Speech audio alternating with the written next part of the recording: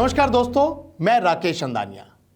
क्या कभी अपना घर, मोहल्ला, कॉलोनी देखते वक्त आपके मन में विचार आता है कि आखिर इस परंपरा की शुरुआत कब और कैसे हुई? या दफ्तर में कॉफ़ी का मजा लेते हुए सोचा है कि कॉफ़ी कहाँ से पैदा हुई और कैसे हम तक पहुँची? मानव जीवन और वैज्ञानिक विकास से जुड़ी ऐसी ही नई रोमांचक जानकारियों के साथ हम एक बार फिर से हाजिर हैं। तो चलिए शुरू करते हैं ज्ञान विज्ञान का यह रोचक सफर।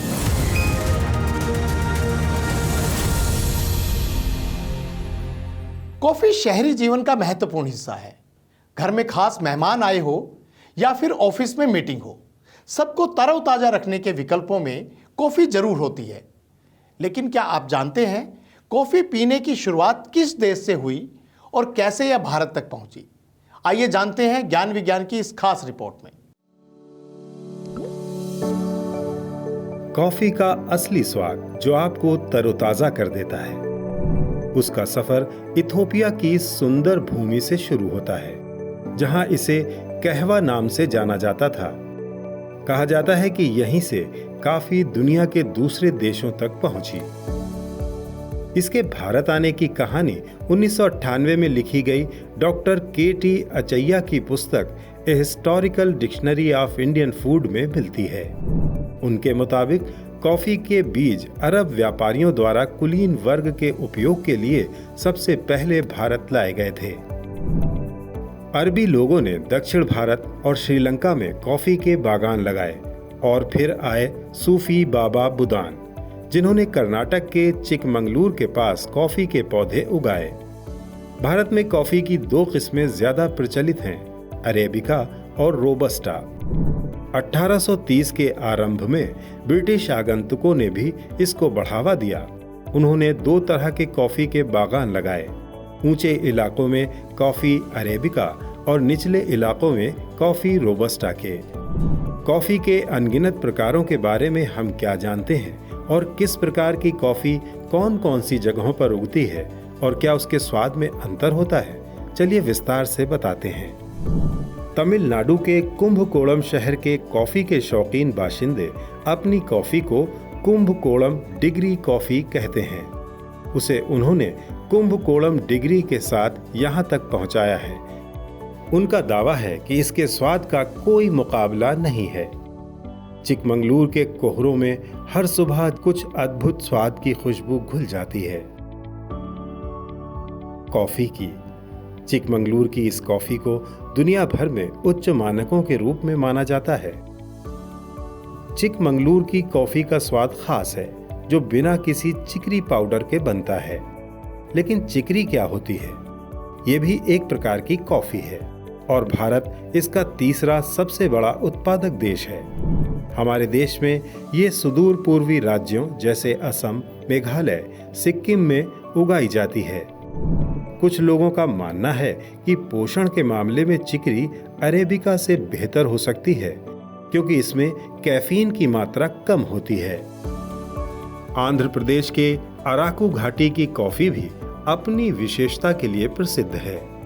ये शुद्ध अरेबिका कॉफी होती है और दावा किया जाता है कि ये न केवल भारत में बल्कि विदेशों में भी उपलब्ध सबसे अच्छी कॉफी में से एक है। तमिलनाडु की शेवराय पहाड़ियों और कर्नाटक के मंजराबाद किले के आसपास के क्षेत्रों में भी अरेबिका कॉफी उगाई जाती है।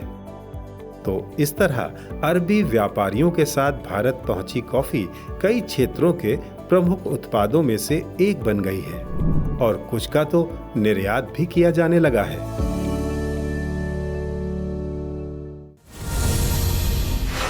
लोग जानकारियों के स्रोत को लेकर सबसे ज्यादा भरोसा वैज्ञानिकों पर करते हैं। जी हां, यह तथ्य एक मजेदार सर्वेक्षण में सामने आया है। ट्रस्ट बैरोमीटर नाम से किए गए इस अंतर्राष्ट्रीय सर्वेक्षण में लोगों ने न सिर्फ वैज्ञानिकों पर भरोसा जताया है, बल्कि उन्हें धार्मिक और राजनीतिक नेताओं से ऊपर रखा है। क्या है ये रिपोर्ट, आइए जानते हैं। एक हालिया अध्ययन के अनुसार जब बात सही जानकारी के स्रोत की होती है तो दुनिया भर के लोग वैज्ञानिकों पर सबसे ज्यादा भरोसा जताते हैं, लेकिन उन्हें सरकारों के हस्तक्षेप को लेकर भी चिंता है। इस रिपोर्ट का नाम है ट्रस्ट बैरोमीटर, जिसे एडेलमैन इंस्टीट्यूट ने तैयार किया है। इस रिपोर्ट के लिए मैक्सिको से लेकर जापान तक 28 देशों के 32,000 से अधिक लोगों का सर्वेक्षण किया गया। इस सर्वेक्षण के अनुसार 74% लोगों ने वैज्ञानिकों पर भरोसा जताया है कि वे नवाचारों और नई प्रौद्योगिकियों से संबंधित सही जानकारी प्रदान करेंगे।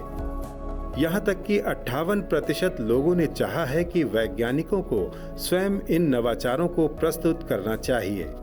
इसके विपरीत केवल 47% लोगों ने पत्रकारों पर और 45% लोगों ने सरकारी नेताओं पर भरोसा जताया है।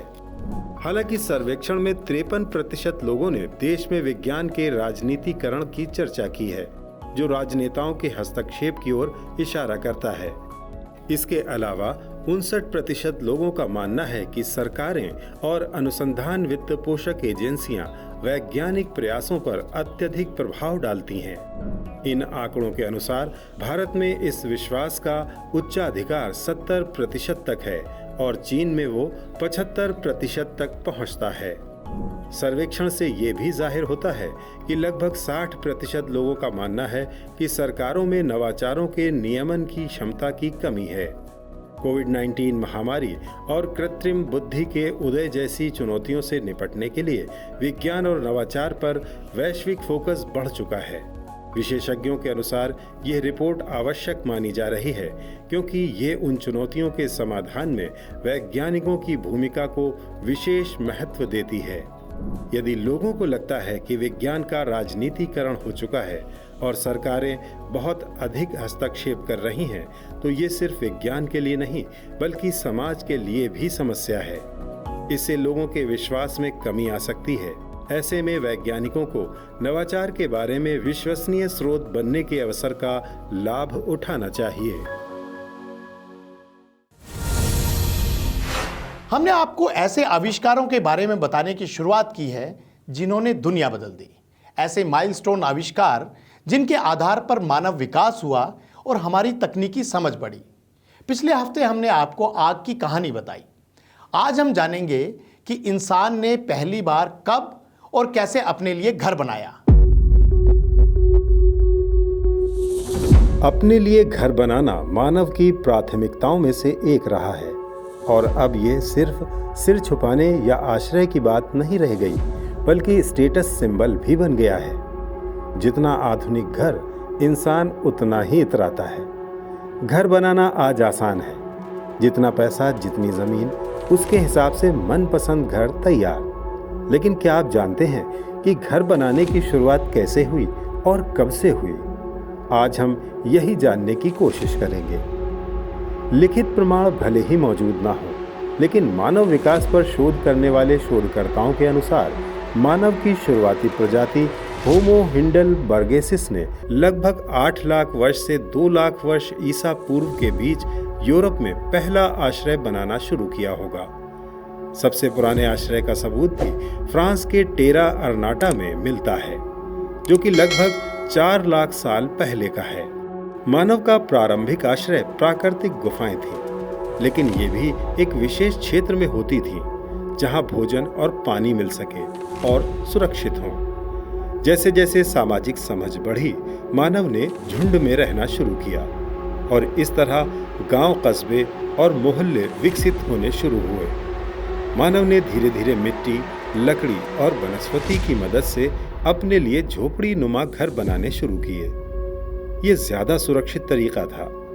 मौसम और प्राकृतिक आपदाओं ने मानव का ध्यान मजबूती की ओर दिलाया।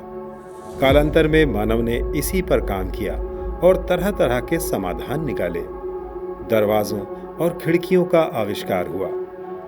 ये घर मानव की आराम और सुरक्षा के साथ साथ संपत्ति का ठिकाना बन गए।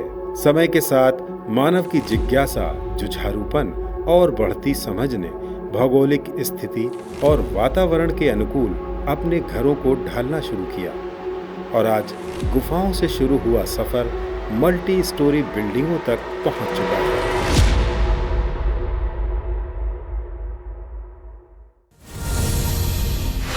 और इस वक्त विज्ञान जगत में क्या कुछ नया हो रहा है, जानने के लिए नजर डालते हैं विज्ञान जगत की ताजा गतिविधियों पर साइंस एक्सप्रेस में।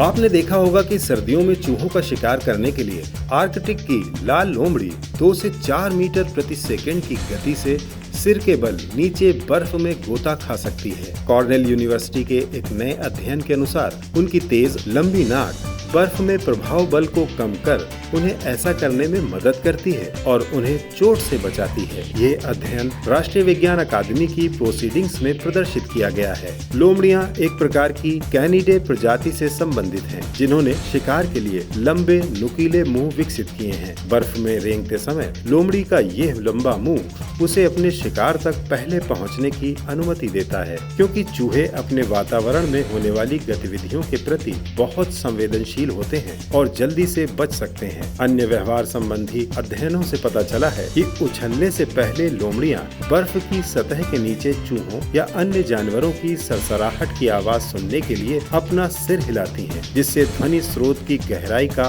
पता चलता है। शोधकर्ताओं के मुताबिक ये एक बहुत ही खतरनाक प्रक्रिया है, लेकिन इसमें लोमड़ियों के घायल होने की कोई रिपोर्ट नहीं मिलती है। ये अध्ययन स्नोबोर्डिंग या स्कीइंग के दौरान लोगों को लगने वाली चोटों को लेकर भी एक नई अंतर्दृष्टि प्रदान करता है।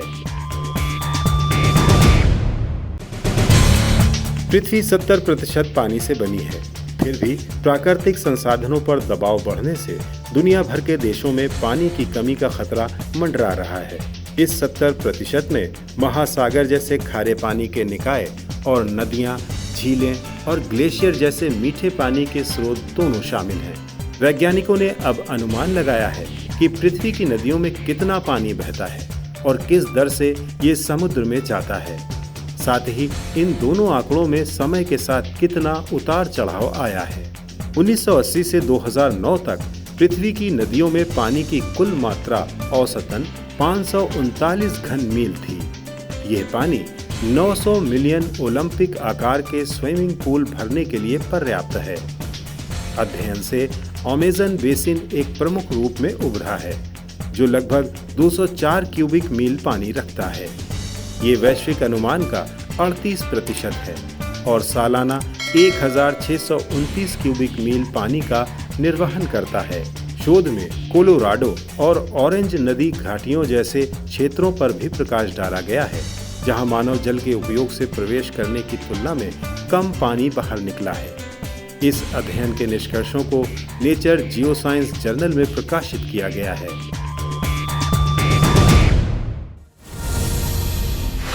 उम्मीद है आपको ज्ञान विज्ञान का यह अंक जरूर पसंद आया होगा।